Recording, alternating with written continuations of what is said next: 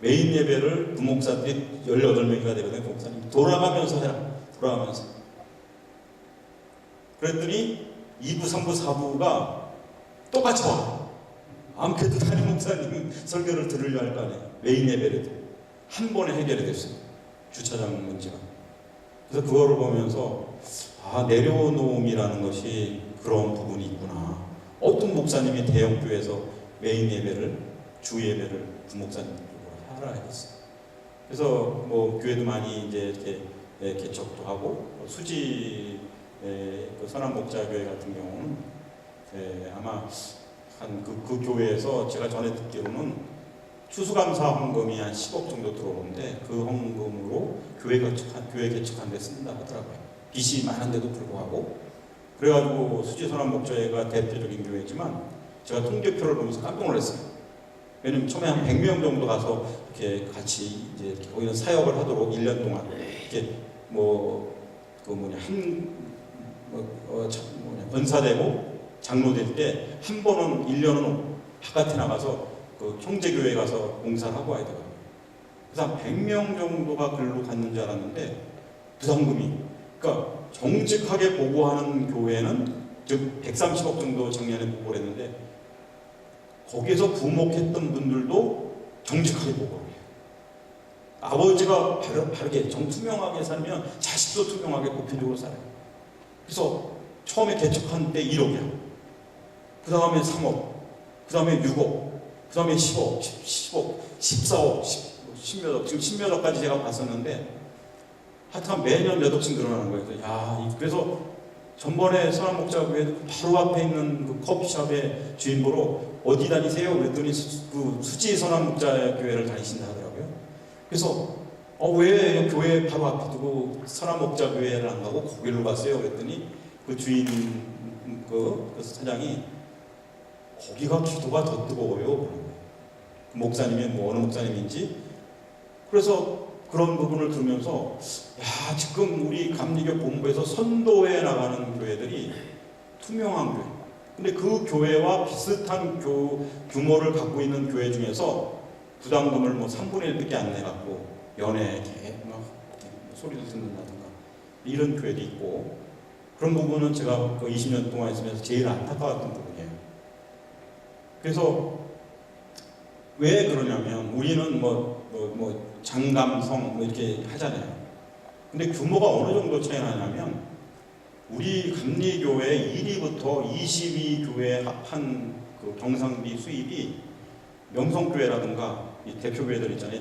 사랑의 교회, 한 개 교회가 우리 22 내지 32교회를 다 합한 금액하고 같아요. 그러니까 우리는 같은 교회라고 생각해요. 그래서 그런 부분들이 안타깝고, 그래서 이제 그럼에도 불구하고 그런 교회, 우리 종교교회 같은 경우도 마찬가지죠. 정직하게 하는 교회다. 그래서 너무 감사한 거는 그럼에도 불구하고 대형교회 10대 교회 중에서 5개 교회 정도는 아주 정직하게 냅니다. 정직하지 안 내는 교회는 제가 거론할 수 없지만 선한목자교회, 부평교회, 우리 이제 종교교회, 새로 등장한 대전의 한빛교회, 춘천중앙교회, 이런 교회들은 춘천중앙교회 이번에 은퇴하시잖아요. 권호서 감독님. 작년에 화재가 났어요. 재작년에 화재가 나서 요번에 어디 화재한 것처럼 프랑스의 파리에 어디 저도 가봤지만 무너졌잖아요. 그것처럼 여기서 폭탄 맞은 것처럼 그냥 이 분열비상이 다 날아갔어요. 위쪽으로. 밑으로는 괜찮았고. 근데 저도 엄청 깜짝 놀랐어요. 왜냐하면 그렇게 하려면 그거 리모델링 한 100억 이상 들어가거든요. 100억 이상 들어가는데도 불구하고 그 이듬해 경상비 보고하는 금액이 31억인가 32억에서 1억인가 2억이 늘어났어요. 보통 그런 문제가 있거나 건축을 하거나 그러면 줄이거든요. 보편적으로 다 줄이는데 화재 때문에 돈을 모으고 그때 보니까 저 외국에서도 1억이 온 데도 있더라고요. 도와줬던 교회에서 갚는다고 이렇게 와서 이제 다 모았고 이제 그게 건축을 했는데, 그래서 이런 부분이 정말 열악한 가운데 선한목자회나 춘천중앙교회나 정말 화재 났거나 대출이 많은데도 불구하고 정직한 교회가 선도하지 않냐. 그래서 감사한 거는 뭐냐면 2008년도서부터는 사실상 꺾였어야 되거든요. 우리 전체적으로 이제 경상비가 한 70몇 억 정도 된다면 74억, 73억, 72억. 왜냐? 성도가 160만 명을 기점으로 해서 150, 140, 130, 작년에 131만 명이었는데 올해 130만 명도 깨질 거야 아마. 30만 명이 줄었는데도 불구하고 경상비는 늘었어요. 그거 왜 그러냐면 대형 교회 중에서 정직하게 이제 아까 얘기한 거는 이제 10대 교회 안에 드는 교회를 제가 말씀드립니다. 여기 우리 감독님 계신 창청교회도 당연히 잘 보고를 하셨을 것 같아요. 그런 교회들이 그 성장한 대로 보고를 하는 거예요. 선한목자교회 70억, 80억, 90억, 100억 거의 매년 10억씩 늘어났거든요. 근데 그거보다 더 커 보이는 교회 같은 경우는 전화가 와요. 어느 교회가 요번에 부담금 제일 많이 했습니까? 해갖고 그거에 맞춰서 책정을 해요. 그거 하나님이 좋아하시겠어요? 그래서 저는 국세청에서도 제 재산이 얼마인가를 다 카운팅을 하는데 국세청에서 하늘에 계신 하나님이 우리 교회, 우리 사람, 우리의 마음을 안 보시겠냐는 거죠. 네. 그래서 저는 그 큰 교회들을 꼭 욕할 것이 아니라 저갈 것이다. 그래서 이 부분을 일단 이제 제가 앞부분에 그리고 이제 리타이어란 여러 가지 부분이 있는데 시간 관계상 그 부분은 생략하도록 하겠어요. 그래서 이 종교인 과세는 뭐 교회를 힘들게 하는 것이 아니라 어려운 교회에 있는 많은 목사님들한테 도움을 줄 수 있는 그러한 제도다. 이거를 강력하게 반대했던 교회들이 강남에 있는 대형 교회들이에요. 왜냐하면 강남에 이제 명성교회를 비롯한 이제 이런 교회들은 이제 여러 교회들이 있잖아요. 예를 들면 꼭 어떤 교회가 그렇게 할 수는 없지만 사례비 1년의 사례비는 1억 5천에서 2억 정도를 책정하는데 목회활동비, 지금 목회비죠. 옛날 목회활동비를 2억에서 30억 정도를 책정을 해요. 그래서 왜냐면 교회가 1,000억 되니까 뭐 30억이라 봐야 3%밖에 안 되잖아요. 그렇죠? 그래서 목사님이 어디 가셔서 부흥회 가셔서 돈을 받아오시는 게 아니라 주고 오시는 그런 교회들. 그렇기 때문에 그런 교회에서는 목회활동비를 과세를 한다. 그럼 30억을 과세를 하게 되면 10억 이상을 세금을 내야 돼요. 그 교회들은 난리가 난 거죠. 근데 우리 감리교회 보편적으로 다 5천만 원 이하예요. 그럼 5천만 원 정도, 그러니까 1억 정도면은 1억 정도면 사례비가 일반 사회 근로소득으로 신고할 경우에는 1,100만 원 정도 세금을 내요. 그리고 4대 보험까지 하면 1,800만 원 정도로 뛰어요. 그래서 은행을 내가 다닌다. 1억 연봉이다. 그럼 실제로 받는 돈 얼마다? 8,200을 받는 거예요. 근데 우리 이제 교회는 1억이면 1억 그대로 받았잖아요. 근데 지금은 1억이면 그거보다 좀 싸게 기타 소득으로 과세할 수 있도록 해서 700만 원 정도나 800만 원 정도를 해요. 부양가족에 따라서 이제 그 금액이 좀 차이가 나는데, 그리고 5천만 원 정도가 사례비가 되는 분은 사회 같은 건 한 250만 원, 4대 보험까지 치면 한 5, 600만 원을 내는 데 비해서 교회는 120만 원, 100만 원, 뭐 그 정도가 돼요. 그러니까 4천만 원 이하가 된다. 그러면 우리 교회 같은 경우에 부목사님들이 한 4천 몇백 정도 받으시는데, 그 목사님들은 세금을 막 떼요. 얼마씩, 20만 원씩 떼는데 연말에 가서 아주 조금 남겨놓고는 다시 환급해줘요. 그래서 우리가 생각하는 만큼 세금에 대한 부담은 적다. 그리고 국세청에서 뭐 종교계를 세무조사를 나오겠느냐? 나올 가능성이 없다. 뭐 세금을 거두기 위해서 나오는 게 아니라 제대로 잘하는가, 어드바이스 해줄 게 뭐 있는가를 보러 가요. 왜 그러냐면 세무소에, 제가 세무소 다녔잖아요. 이 세무소에 있는 사람들은 한 사람들, 그 팀이 한 번 나오게 되면 30억에서 50억 정도를 걷어가요. 네. 제일은행에 저가 있을 때도 나오잖아요. 그럼 20몇 년 전에도 세무서에서 5년에 한 번씩 나오는데 여하이 한 30억은 걷어가요. 왜냐? 송금 산입하고 입금 목불 산입하고 하는 복잡한 부분이 있어요. 그러니까 털면 다 털리게 돼 있어요. 어디나. 그러면 만약에 제일은행만 30억 냈으면 억울하죠. 국민은행은 얼마 냈냐? 거의 40억 냈다. 뭐 어디는 냈다. 회사마다 다 그런 부분들이 있거든요. 그래서 이 국세청에서 나가는 걸 제일 두려워하죠. 일반 기업들. 근데 우리 교회를 나왔다. 종교교회를 나왔는데 이쪽은 안 보잖아요. 그죠? 40억에 대해서는 안 보고 이제 사례비를 받은 부분만 보는데 볼 사람이 누구 있냐면 딱 담임 목사님밖에 없어요. 담임 목사님. 한 1억 받으신다고 가정을 하면 그러면 1억 그리고 혼자 안 나와요. 세무조사는 꼭 2인 이상으로 나오거든요. 두 사람이 나와서 한 3일, 5일을 봤다고 쳐요. 그래서 한 50만 원 정도 추징을 했어. 왜냐면 뭐 우리 목사님 사모님이 어딘가 돈을 버셔서 부양가족 공제를 하지 말아야 했는데 했다라고 가정을 했을 경우에 그렇기 때문에 나올 가능성은 없다. 그럼에도 불구하고 정확하게 요번 차체에 할 필요는 있다. 그래서 그 부분을 알 수 있는 부분들이 있고 저희 교회도 저게 없어졌어요. 이제는 작년에 되면서 68명이에요. 저희가 회계가 뭐 이게 A, B, C, D 회계가 전부 68명인데 68명이 기존에는 장부가 다 있었어요. 호산나 찬양대, 뭐 무슨 찬양대, 임마누엘 찬양대, 거기도 예산이 다 3천만 원, 4천만 원씩 되니까 다 뭔가 있었거든요. 지금은 외부로 깔아서 본인들이 쓴 것, 전도금을 받아간 것도 외부로 하고, 그 다음에 부장이 부서의 부장이 사인하는 것도 외부로 하고, 그 다음에 거기에 영수증도 외부로 찍고, 외부로 찍은 거가 다 본 회계로 오게 되고, 지금 이런 시대가 됐죠.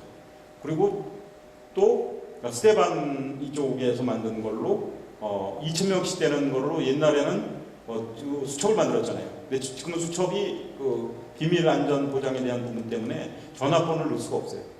그것도 웹을 깔아서 장로는 장로가 이게 전체를 바로 볼 수 있도록, 그리고 거기 계신 분이 돌아가셨다, 소천하셨다, 그럼 바로 그 부분도 삭제할 수 있도록, 그리고 또 새로 어떤 분들이 들어왔다, 등록됐다는 바로 등록될 수 있도록 굉장히 많이 바뀌고 있습니다. 그런 부분에 대해서 우리들이 잘 할 수 없는 상황이죠. 그래서 이제 시간이 이제 많이 가서 이 부분은 이만큼 말씀드리고요. 그리고 이제 목사님들이 노후에 대한 부분, 실버 파산에 대한 부분만 제가 좀 말씀을 드리고 마치겠습니다. 왜냐하면 제가 종교인과세를 보편적으로 이렇게 말씀을 전체적으로 드리는 거가 2시간 정도 걸리거든요. 오늘 1시간에 A 주제, B 주제, C 주제를 하려다 보니까 좀 그런데요. 일단은 목사님들인 경우는 10년을 더 사셔요.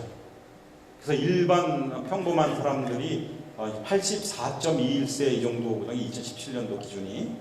근데 목사님들은 90을 넘겨가요. 그래서 제가 옛날에 20년 전에 저기를 갔었어요. 처음 들어와갖고 찬양대회랑 같이 원로원을 갔었는데, 그때 원로원에서 70 막 넘으신 은퇴 막 하신 목사님이 계셨고 80 정도 되신 목사님이 계셨어요. 그래서 80대 목사님이 70대 목사님으로 김 목사 물 좀 기러 와라 그랬더니 물 좀 기러 와요 그랬더니 젊은 목사님이 왜 거기서는 젊으니까 물을 이렇게 갖고 오시더라고요. 그래서 저희가 이제 가서 찬양도 부르고 이렇게 해서 갔었었는데, 근데 두 분이 다 살아계셔요. 80대 목사님은 100세가 되셨고 70세 된 목사님은 90세 좀 넘으셨거든요. 이게 이제 지금 현상이다. 그러면 이분들은 계속해서 거기 계신 거예요. 거기. 그래서 이 노후에 대한 부분들은 이제 화두가 됐다. 사회도. 그래서 이제는 실버 파산, 노후 파산 이런 말들이 일본서부터 들어오게 됐어요. NHK 방송에서 한 책들이 나와서 노후 파산이라는 책도 있는데, 그래서 이 부분은 그럼 어떻게 대처할 건가? 이 부분이 있죠. 우리 이제 강 감독님께서 전에 얘기했지만 걸살 안 죽인가, 걸으면 살고 안 걸으면 죽는다 이런 말씀을 저한테 해주셨잖아요. 근데 실제로 아까 얘기했던 4가지 부분을 검토를 하셔야 돼요. 첫 번째는 뭐냐면 육체적인 건강. 보편적으로 지금 여기 계신 분들 중에서 상당히 많으신 분들이 청력이 약간에 있으시고 당뇨약이나 혈압약을 드시는 분들이 많이 계십니다. 그래서 건강에 대한 부분들을 하려면 걸으셔야 되고 여러 가지 좋아하는 운동을 하셔야 되고 이런 부분들이 있고요. 그 다음에 정신적인 건강은 목사님들이 묵상한다든지 말씀을 읽으신다든지 성경을 암송한다든지 기타 이런 부분으로 하시면 되고요. 관계성의 건강은 관계성의 건강은 보편적으로 목사님들이 원만하게 미운 사람도 그래도 그냥 참 적절하게 잘 지내고 계셔요. 네 번째, 재정에 대한 건강의 부분이 있는데요. 재정에 대한 건강은 누구도 누구도 그거를 어떻게 해결해 줄 수가 없어요. 스스로 해결해야 되는데, 제가 다니면서 젊은 목사님들한테 말씀드리는 거는 국민연금이라든지 퇴직연금이라든지 응급비라든지 이런 부분들을 다 총망라해서 준비를 해라, 이렇게 말씀을 드리고요. 요거에 조금 앞서서 응급에 대해서 잠시 말씀을 드리면, 응급에 대한 부분은 걱정하고 염려를 안 하셔도 돼요. 제가 20년 동안 이렇게 관찰한 부분을 보면 걱정을 안 해도 하나님이 하시는 전체적인 부분들이기 때문에 걱정이 안 해도 되는데, 거기 실무자들이 걱정을 해요. 실무자들이 걱정을 해서 펀드라이징 하다가 얼마 없앴죠. 그리고 펀드라이징 했을 때도 그때 감사를 하시고 했지만, 그것도 그때 깨지 않고 그냥 냅뒀으면 한 2, 3년 되면은 다 본전 복구하고 다 손실이 하나도 안 났었던 거예요. 근데 거기에 해약하면 안 되는 곳까지 다 해약을 해버렸어요, 이 감사들이. 왜냐? 현재 얼만큼 손실이 났는지를 봐야 된다 해가지고. 왜냐면 그때가 1800포인트였거든요. 1850포인트. 근데 지금 2200포인트잖아요. 주식은 그거랑 똑같이 10% 정도로 왔다 갔다 하는 거거든요. 그거 한 거 자체가 잘못된 거지만 또 너무 섣부르게 그거를 정리를 했다. 근데 왜 제가 이 말씀을 드리냐면, 제가 1998년 10월 달에 들어가서 처음에 한 거가, 그때 이제 그 목사님이 계셨는데, 그런 거 계산을 잘 못하시는 목사님이 계셨어요. 그쪽 은급 쪽에. 그래서 딱 계산해 보니까 바로 뭔가의 조치를 취해야 되겠다 해서 1.0% 받는 거를 1.5%로 인상을 했습니다. 아시다시피 2003년도에. 그리고 2007년도에 누군가 이렇게 바깥에 있는 사람들이 막 계산을 해서 2017년 되면 고갈이 된다, 지급불능이 된다, 이런 거를 하면서 신흥국법을 만들었어요. 신흥국법이 통과된 거는 60세쯤 되신 목사님들이 주로 위원으로 오셔요. 그리고 장로님들도 그분들이 오시는데, 10년 후면 내가 받아야 될 때인데, 받아야 될 때 고갈이 되면 어떡해?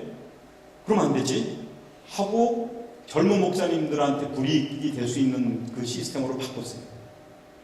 근데 결론적으로 얘기를 해서 2017년 전에 그 당시 할 때 한 100억 정도의 돈이 있었는데, 2017년도에 100억이 다 없어진 게 아니라 400몇 억으로 늘어났어요, 돈이. 그래서, 그리고 또 제가 의견은 내더라도 관찰할 수 있는 게 아니니까. 왜냐면 그 위원들이 있잖아요. 저를 만드는, 이번에도 또 그 부분을 했을 건데, 입법 할 때. 100만 원, 110만 원 받는 분을 92만 원으로 줄인 것도, 이건 굉장히 잘못한 거예요. 그렇게 안 줄여도 돼요. 왜 그러냐면, 이거는 교회가 감당해야 되기 때문에 1.0에서 1.5는 수치로는 별거가 아닌데 50%를 올린 거예요. 경상비 교회한테 10년에 한 번씩 걷는 거를 3년에 한 번은 300배를 걷는 거예요. 그리고 2017년 때 16년에 17년에 1.5에서 2.0으로 또 25% 올립니다.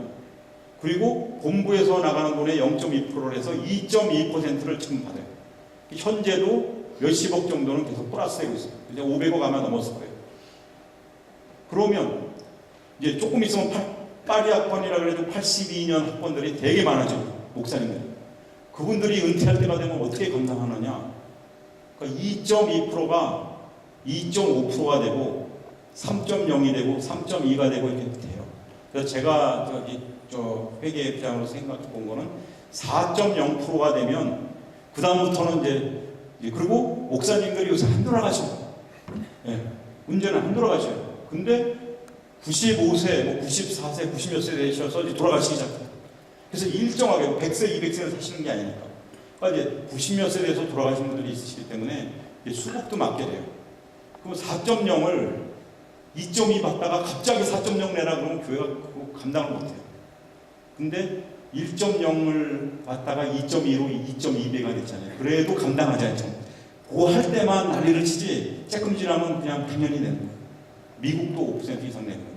그래서 제가 볼 때는 4% 정도를 앞으로 그 정도를 내게 되면 이상 없이 자꾸 줄일 생각하지 말고 그 다음에 어떻게 할 생각하지 말고 갈 거다. 그래서 저는 그때 들어왔을 때 응급은 딴짓만 하면 그거 갖고 뭐 물건 산다든지 뭐 건물 산다든지 이런 것만 안 하고 정상적으로 하게 되면 이상 없이 나간다. 근데 그거 부분으로는 부족하거든요. 92만 원으로 부족해요.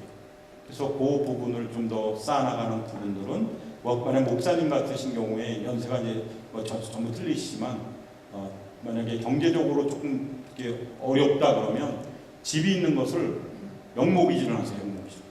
네, 집이 있는 거를 주택연금을 들으시면 하여튼 사시는 동안 사시다가 늦게까지 사셔도 뭐 100만 원이든 얼마든 이제 이 돈이 나오게 되고 그 다음에 뭐 또 75세쯤 해서 하시면 돈이 더 많이 나와요.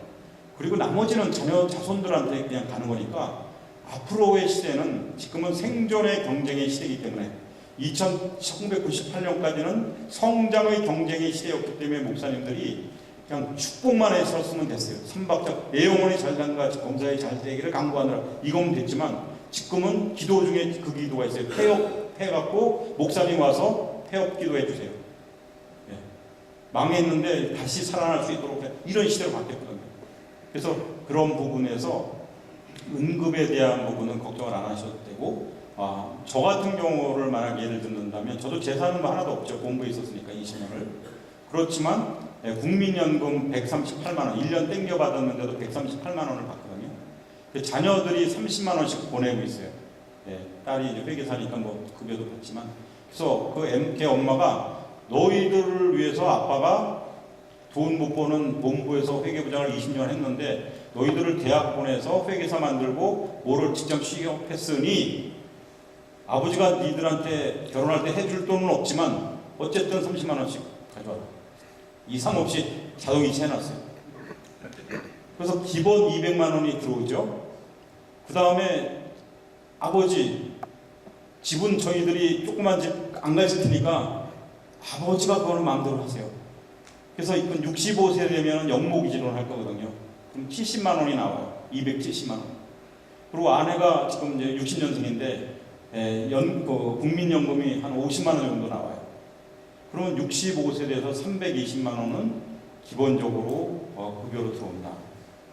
그리고 이제 제가 또 다니면서 번다든가 뭐 이렇게 하죠. 뭐 이제 왜냐면 제가 또 지금 삼성생명에서 카드도 판매하고 뭐 보험도 하고 자동차도 하고 여러 가지 하는데 그 부분이 제가 잘 살았나 봐요. 거기서 벌은 소득이 본부에서 벌던 소득보다 더 많아요. 더 많아. 그래서 저는 은퇴하고 난 후가 더 행복해요. 할렐루야. 네. 재산은 없지만 그래서 지금 이렇게 제가 이렇게 와서 한 엄청 많이 했어요. 100번 이 받은 거, 이 강사료 받은 거는 어디든지 성교비로 다 쓰거든요. 왜냐면 내가 공부에 있을 때도 거기서 월급 받는데 그 시간에 나가갖고 강의하는데 그 돈을 내가 챙길 수가 없잖아요. 집사람이. 그러지 마라. 저가 결혼할 때 3가지 와이프랑 애들을 믿음 안에서 키우자, 11조 생활 온전히 하자, 주일 성수 잘하자. 이게 결혼할 때 처음 만나갖고 딱 했던 얘기거든요. 근데 한 번 직장을 몇십 년 됐어도 한 번도 11조를 돈이 없어서 못 낸 적이 없었고 지금 은퇴해서 기존보다 더 낼 것 같아요. 현역에 있을 때보다. 그래서 그런 부분을 감사하게 생각하면서 제가 이제 목사님들 재정에 대한 부분은 그렇고 그리고 누가 뭐를 하자는 데는 절대로 하지 마세요. 누가 돈이 많이 생긴다 이런 데 투자했다가 없애는 경우 있고요. 주식 투자는 가급적 하지 마세요. 주식 투자는 95%는 잃고 5% 20명에 한 명만 성공하기 때문에 주식 투자도 하지 마시고 이 부분을 살아계시는 동안이 보통 지금 우리 김기특 감독님 같으면 104세 정도 이상 사실 것 같은데요. 그때까지 그리고 롤 모델이 김기특 감독님이 제가 롤 모델을 볼 수 있어요. 왜냐하면 항상 젠틀하시고 그리고 저한테 가끔 전화 와요. 본부 근처에 콩국수 잘하는 집 지금 40명이 가니까 좀 연락 좀 해봐요. 뭐 이렇게 하신단 말이에요. 뭐냐? 일정하게 좋아하시는 분들하고 같이 어딘가 여행을 이렇게 뭐 어딘지 몰라도 하여튼 뭐 가셔. 일정하게. 그리고 아주 친한 친구분들하고 1년에 한 번 정도는 해외 나가셔. 그리고 뭐 자녀들도 외국에 있으시면. 그리고 또 지금 제가 정확하게 잘 모르는데 뭔가 하셔. 그죠? 그래서 그런 부분들이 되시면 정말 행복하지 않냐. 그래서 목사님들 이렇게 마음 가운데 제가 오늘 뭐 드릴 말씀은 굉장히 많은데요. 마지막 마감하려고 하는데요.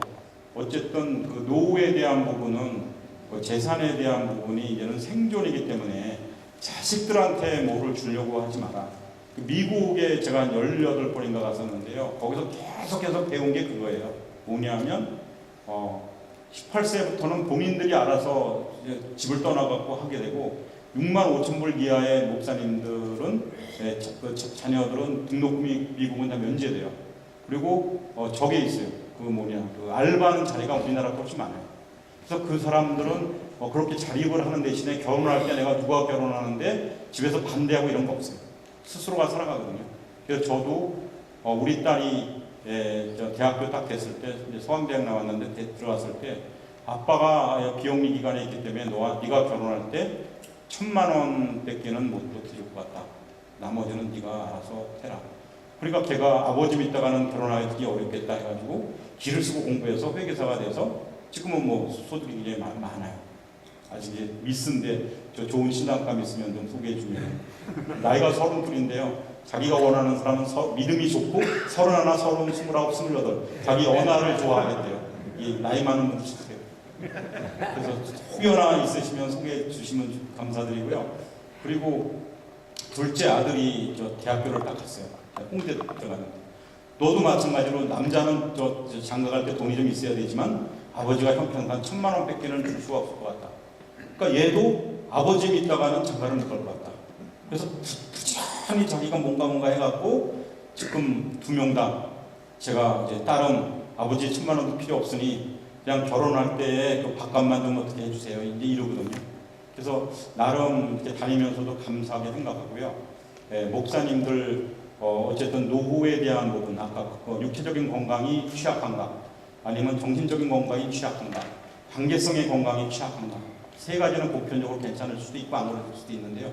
마지막 재정의 건강을 잘 헤아려서 보셔서 어쨌든 확보를 해놓으셔서 노년에 이렇게 어렵지 않게 잘 행복하게 100세 여기 오신 분들은 다 100세 이상을 100세 시대 김영석 교수가 그 얘기를 했잖아요. 그죠?